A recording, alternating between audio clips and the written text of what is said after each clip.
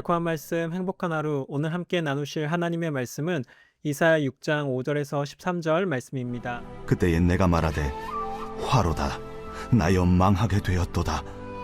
나는 입술이 부정한 사람이요 나는 입술이 부정한 백성 중에 거주하면서 만군의 여호와이신 왕을 베었음이로다 하였더라. 그때에 그 스랍 중에 하나가 부젓가락으로 제단에서 집은 바 핀수칠 손에 가지고 내게로 날아와서 그것을 내 입술에 대며 이르되 보라, 이것이 내 입에 닿았으니 내 악이 체하여졌고 내 죄가 사하여졌느니라. 내가 또 주의 목소리를 들으니 주께서 이르시되 내가 누구를 보내며 누가 우리를 위하여 갈꼬? 내가 여기 있나이다 나를 보내소서. 가서 이 백성에게 이르기를 너희가 듣기는 들어도 깨닫지 못할 것이요 보기는 보아도 알지 못하리라 하여 이 백성의 마음을 둔하게 하며 그들의 귀가 막히고 그들의 눈이 감기게 하라. 염려하건대 그들이 눈으로 보고 귀로 듣고 마음으로 깨닫고 다시 돌아와 고침을 받을까 하노라. 주여 어느 때까지니이까? 성읍들은 황폐하여 주민이 없으며 가옥들에는 사람이 없고 이 토지는 황폐하게 되며 여호와께서 사람들을 멀리 옮기셔서 이 땅 가운데 황폐한 곳이 많을 때까지니라. 그 중에 10분의 1이 아직 남아있을지라도 이것도 황폐하게 될 것이나 밤나무와 상술나무가 배임을 당하여도 그 그루터기는 남아있는 것 같이 거룩한 씨가 이 땅에 그루터기니라. 오늘날 사역의 자리에 서 있는 우리를 가장 깊은 절망으로 몰아넣는 것은 무엇일까요? 그것은 온 힘을 다해 눈물로 씨를 뿌렸음에도 불구하고 아무런 열매가 보이지 않을 때입니다. 한 영혼을 살리겠다고 시간과 물질과 마음을 쏟아부었지만 잠시 한눈을 파는 사이에 다시 옛 모습으로 돌아가 버린 영혼을 볼 때 우리는 무력감을 느낍니다. 마치 밑 빠진 독에 물을 붓고 있는 것 같은 현실 앞에서 사역자는 내 수고와 헌신이 모두 물거품이 된 것 같아 가슴이 차디차게 식어버립니다. 복음에 냉담하고 전하는 말에 반응하지 않는 시대를 살아가며 우리는 사역이 실패한 것은 아닌가 하는 깊은 회의감에 빠지게 됩니다. 그런데 성경은 사명을 따라 나아가는 자리가 도리어 철저한 무반응의 자리가 될 것임을 아주 명확하게 밝히고 있습니다. 주님께 사명을 받고 그 사역의 자리로 나아가는 사람에게 아무런 반응이 없을 것임을 성경은 본문 그대로 보여줍니다. 우리는 흔히 이사야 6장이라고 하면 영광스러운 주님의 보좌를 보고 은혜를 받아 내가 여기 있나이다 나를 보내소서라고 당당하게 외치는 영웅적인 장면만 떠올립니다. 하지만 하나님께서 그 뜨거운 결단 바로 뒤에 이사야에게 주신 첫 사명의 메시지는 우리의 기대와 전혀 다릅니다. 하나님은 이사야에게 내가 가서 아무리 외쳐도 그들은 듣지 않을 것이고 깨닫지 못할 것이며 오히려 마음이 더 둔해질 것이라고 말씀하십니다. 사명을 받아 나아가는 그 현장에 영혼들의 반응이 전혀 없을 것임을 미리 명확히 선언하신 것입니다. 그렇기 때문에 우리가 사역을 시작한다면 사역의 화려한 열매가 당연히 있을 것이라는 기대에 앞서 이러한 사역의 현실을 제대로 인식하는 것이 필요합니다. 이사야는 사역을 시작하기도 전에 이미 철저한 거절과 열매 없는 상황을 사역의 현실로 먼저 마주해야 했던 사역자였습니다. 이러한 거절과 무반응의 현실은 결코 이사야 시대에만 일어난 독특하고 예외적인 상황이 아닙니다. 오랜 세월이 흘러 사도 바울 역시 사역의 현장에서 똑같은 현실을 마주했습니다. 바울은 로마서 10장에서 복음을 전해도 도무지 믿지 않는 사람들을 바라보며 바로 이 이사야의 말씀을 인용했습니다. 주여 우리가 전하는 소식을 누가 믿었나이까? 바울의 이 인용은 이사야가 직면했던 철저한 무반응의 현실이 수백 년의 세월을 넘어 초대교회 사도들의 시대에도 똑같이 이어지고 있었음을 증명합니다. 그리고 이 현실은 초대교회를 넘어 오늘날 우리가 서 있는 사역의 자리까지 고스란히 이어집니다. 사방이 막힌 것 같은 무반응의 현장 속에서 오늘 말씀을 통해 지금 나에게 말씀하시는 하나님의 뜻을 깊이 깨닫는 시간이 되기를 원합니다. 이 소명의 이야기에서 우리가 가장 먼저 눈여겨보아야 할 부분이 있습니다. 바로 이사야가 자신의 죄를 고백하는 장면입니다. 하나님께서는 이사야를 만나자마자 곧바로 사명을 맡기지 않으셨습니다. 이사야는 거룩하신 하나님 보좌 앞에서 자신의 영적 실상을 깨닫고 철저하게 죄를 고백합니다. 그리고 제단 숯불을 통해 그 죄의 문제가 온전히 해결되고 정결하게 마무리가 된 이후에야 주님의 부르심에 내가 여기 있나이다라며 반응하게 됩니다. 사역의 출발선에서 하나님이 가장 먼저 다루신 것은 사역의 기술이나 성과가 아니라 사역자 내면의 정결함이었던 것입니다. 그런데 이 죄를 고백하는 장면을 조금 더 자세히 살펴보면 우리가 더욱 유의 있게 살펴야 할 핵심적인 부분이 있습니다. 바로 이사야 6장 5절 말씀입니다. 그때 내가 말하되 화로다 나여 망하게 되었도다. 나는 입술이 부정한 사람이요 나는 입술이 부정한 백성 중에 거주하는 자임이로다. 만군의 여호와이신 왕을 배웠음이로다 하였더라. 주목할 것은 이사야가 자신을 단순히 입술이 부정한 자로만 소개하지 않는다는 점입니다. 그는 입술이 부정한 백성 중에 거주하는 자라고 선포합니다. 개인의 죄를 넘어 무너진 공동체의 죄를 자신과 철저히 연대시킨 것입니다.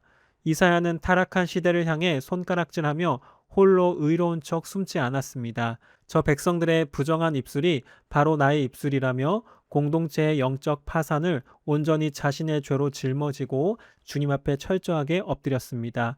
우리는 사역을 하면서 공동체의 죄와 나 자신의 죄를 너무나 쉽게 분리하는 심각한 실수를 범하곤 합니다. 사역 현장에서 낙심되는 상황을 마주할 때마다 저 사람은 저래서 안 돼. 혹은 우리 부서의 저 지체는 저게 문제야 라며 시선의 화살을 타인에게 돌립니다. 특히나 사역을 하면 할수록 한 공동체에 오래 머물면 머물수록 내 안에 영적 교만은 자라나 공동체의 아픔을 남의 이야기로 치부하고 자신을 의인의 자리에 두는 실수를 범합니다. 하지만 이사야는 입술이 부정한 백성 사이에 거주하면서 그것이 곧 자신의 죄임을 명확히 발견했습니다. 타인의 허물과 죄악을 내 죄로 품고 주님 앞에 엎드린 선지자의 모습 앞에서 오늘 사역의 현장에 서 있는 우리의 시선은 과연 어디를 향하고 있습니까? 여기서 한 걸음 더 깊이 들어가 우리가 붙잡아야 할 또 다른 영적 진리는 주님께서 우리의 가장 연약한 자리를 만지시어 거룩한 도구로 반전시키신다는 사실입니다. 이사야가 거룩하신 하나님 앞에서 고백한 자신의 죄는 바로 부정한 입술이었습니다. 이것은 참으로 역설적입니다. 이사야는 지금 하나님의 말씀을 대언하는 선지자로 부름받고 있습니다. 하나님의 말씀을 들고 세상으로 나아가야 하는 사명자에게 가장 거룩하고 온전해야 할 도구가 있다면 그것은 바로 입술입니다. 그런데 정작 이사야는 자신의 가장 결정적인 무기이자 사역의 도구여야 할 입술이 부정하다고 고백하며 절망하고 있는 것입니다. 하나님의 말씀을 전해야 하는 자의 가장 비참한 현실이 바로 부정한 입술이었습니다. 하지만 하나님께서는 그 부정한 입술을 보고 이사야를 거절하거나 사역의 자리에서 배제하지 않으셨습니다. 이사야 6장 6절과 7절 말씀입니다. 그때 그 스랍 중에 하나가 부젓가락으로 제단에서 집은 바 피운 숲을 손에 가지고 내게로 날아와서 그것을 내 입술에 대며 이르되 보라 이것이 내 입술에 닿았으니 내 악이 제하여졌고 내 죄가 사하여졌느니라 하더라. 하나님은 오히려 제단 숯불로 그 부정한 입술을 직접 만지시며 돌이키십니다. 그리고 놀랍게도 바로 그 부정한 입술, 깨어지고 오염되었던 그 자리를 치료하셔서 하나님의 거룩한 말씀을 선포하는 최고의 사역 도구로 사용하십니다. 하나님은 완전히 깨끗하고 흠없는 완벽한 인간을 찾아서 쓰시는 것이 아니라 자신의 부정한 영역을 주님 앞에 정직하게 내어놓고 통회하는 자의 그 자리를 만지시어 사명의 도구로 바꾸어 내시는 분이십니다. 우리에게도 이사야의 부정한 입술처럼 주님 앞에 감추고 싶고 무너져 있는 죄성과 연약함의 영역이 존재합니다. 혹시 물질의 영역에서 넘어져 있지는 않습니까? 하나님의 것을 내 것처럼 여기며 이기적으로 물질을 사용하고 탐욕에 눈이 멀어 추악해진 마음이 있다면 주님 앞에 숨기지 않고 정직하게 고백하며 나아가야 합니다. 주님은 그 추악한 마음을 만지시어 돌이키십니다.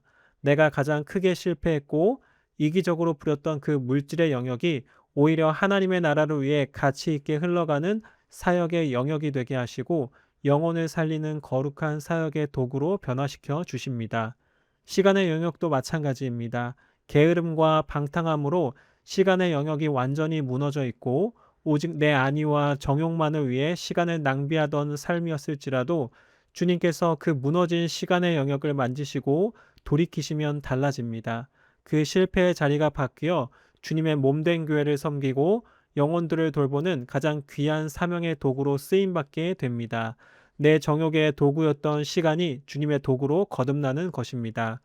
주님은 우리의 가장 부끄러운 곳, 가장 온전하지 못한 영역을 만지셔서 가장 영광스러운 사역의 통로로 삼으십니다. 그러므로 나의 연약함과 죄성 때문에 낙심하여 사역의 자리에서 뒤로 물러서지 마십시오. 나의 부정한 입술을 주님의 제단 숯불에 정직하게 내어 맡길 때 주님은 그 깨어진 자리를 통해 하나님의 위대한 역사를 시작하실 것입니다. 하나님께서는 철저한 거절과 무반응이 이토록 명백하게 예견되어 있었음에도 불구하고 왜 이사야를 그 척박한 사역의 현장으로 보내셨을까요? 거두어들일 곡식이 한 톨도 보이지 않는 그 땅으로 왜 굳이 선지자를 보내셨을까요? 그것은 바로 하나님께서 그 땅에 심어두신 자, 즉 남은 자를 위해서였습니다. 6장 13절 말씀입니다. 그 중에 10분의 1이 아직 남아있을지라도 이것도 황폐하게 될 것이나 밤나무와 상수리나무가 배임을 당하여도 그 구루터기는 남아있는 것 같이 거룩한 씨가 이 땅의 구루터기니라 하시더라. 하나님은 모든 백성이 심판을 받아 황폐하게 될지라도 밤나무와 상수리나무가 배임을 당하여도 그 구루터기는 남아있는 것처럼 거룩한 씨가 이 땅의 구루터기라고 말씀하십니다. 모두가 등을 돌려도 주님의 말씀에 반응할 마지막 한 사람, 그 남은 자를 건져내기 위해 이사야를 보내신 것입니다. 우리 주님의 사역이 본래 그러했습니다. 하나님께서는 이 세상을 너무나 사랑하셔서 독생자 예수 그리스도를 이 땅에 보내주셨습니다. 온 인류를 구원하기 위한 거대한 사랑의 걸음이었습니다. 그러나 그 위대한 독생자 예수 그리스도에게 정작 반응하고 주님을 영접한 사람은 언제나 소수에 불과했습니다. 대다수의 세상은 주님을 미워하고 거절했으며 결국 십자가에 못 박았지만 주님은 낙심하지 않고 오직 하나님께 반응하는 그 소수의 영혼들을 바라보며 십자가의 사명을 묵묵히 완수하셨습니다. 오늘날 사역의 자리에 서 있는 우리 역시 마찬가지입니다. 하나님은 우리를 사역 현장에 있는 모든 사람을 위해서 보내십니다. 하지만 우리가 눈물로 뿌린 사랑과 복음에 온전히 반응하는 사람은 언제나 소수입니다. 어쩌면 우리는 모든 사람을 변화시키기 위해서가 아니라 그 속에서 주님의 음성에 반응하는 소수의 한 사람을 위해 보냄을 받은 것일지 모릅니다. 지금 사역의 눈에 보이는 열매가 없어서 혹은 끊임없는 무반응과 거절감으로 인해 깊은 낙심 속에 고개를 숙이고 계십니까? 우리가 반드시 기억해야 할 사실이 있습니다. 우리는 거대한 무리의 환호를 받기 위해서가 아니라 복음에 반응하는 그 소수 때문에 보냄을 받았다는 사실입니다. 만약 나의 사역의 자리에 주님의 사랑에 반응하고 말씀 앞에 엎드리는 그 한 사람이 존재한다면 주님께서 나를 그곳에 보내신 이유는 그것만으로도 이미 충분합니다. 우리는 이미 그 사명을 온전히 감당하고 있는 것입니다. 그러므로 이제는 반응하지 않는 세상과 소수로 인해 낙심하는 자리에서 과감히 일어서기를 원합니다. 오히려 주님이 남겨두신 그 귀한 소수의 한 영혼으로 인해 우리 마음에 주님이 주시는 참된 기쁨이 가득 넘쳐나기를 간절히 소망합니다. 오늘의 적용 질문입니다. 첫 번째, 사역이나 삶의 자리에서 기대한 만큼의 열매가 보이지 않을 때 나는 시선의 화살을 타인이나 환경으로 돌리며 자신을 의인의 자리에 두고 있지는 않습니까? 이사야처럼 공동체의 무너진 모습을 나의 아픔으로 품고 내 안에 부정한 영역을 주님의 제단 숯불 앞에 정직하게 내어놓고 있습니까? 두 번째, 나는 거대한 무리의 환호와 눈에 보이는 화려한 성과로 사역의 성공을 평가하며 스스로 깊은 무력감에 빠져 있지는 않습니까? 모두가 등을 돌릴지라도 복음에 반응하는 소수의 한 사람, 즉 하나님이 그 땅에 남겨두신 구루터기를 바라보며 묵묵히 십자가의 길을 걸어가신 예수님처럼 사명의 자리를 끝까지 지켜낼 영적 기쁨이 내 안에 있습니까? 우리 함께 기도하시겠습니다. 거룩하신 하나님 아버지, 눈물로 씨를 뿌려도 열매가 보이지 않는 사역의 현실 앞에서 낙심하고 무력해졌던 우리의 연약함을 고백합니다. 성과가 없을 때 타인을 탓했던 영적 교만을 용서하여 주시고 이 자리가 이사야와 예수님이 걸어가셨던 예견된 거절의 자리임을 겸손히 마주하게 하옵소서. 이 시간 우리 안에 감추어둔 부정한 입술과 무너진 영역들을 주님 앞에 정직하게 내어놓습니다. 제단 숯불로 우리의 죄를 사하시고 치료하여 주시며 완벽한 자가 아니라 통회하는 자를 쓰시는 주님의 손길로 우리의 실패를 사명의 도구로 반전시켜 주옵소서. 세상의 화려한 환호와 숫자에 일희일비하지 않기를 원합니다. 사역의 진정한 목적은 눈에 보이는 성공이 아니라 주님이 남겨두신 그루터기 같은 한 영혼임을 기억하게 하옵소서. 복음에 반응하는 그 소수의 존재로 인해 다시 일어설 참된 사명의 기쁨을 회복하게 하옵소서. 예수 그리스도의 이름으로 기도드립니다. 아멘.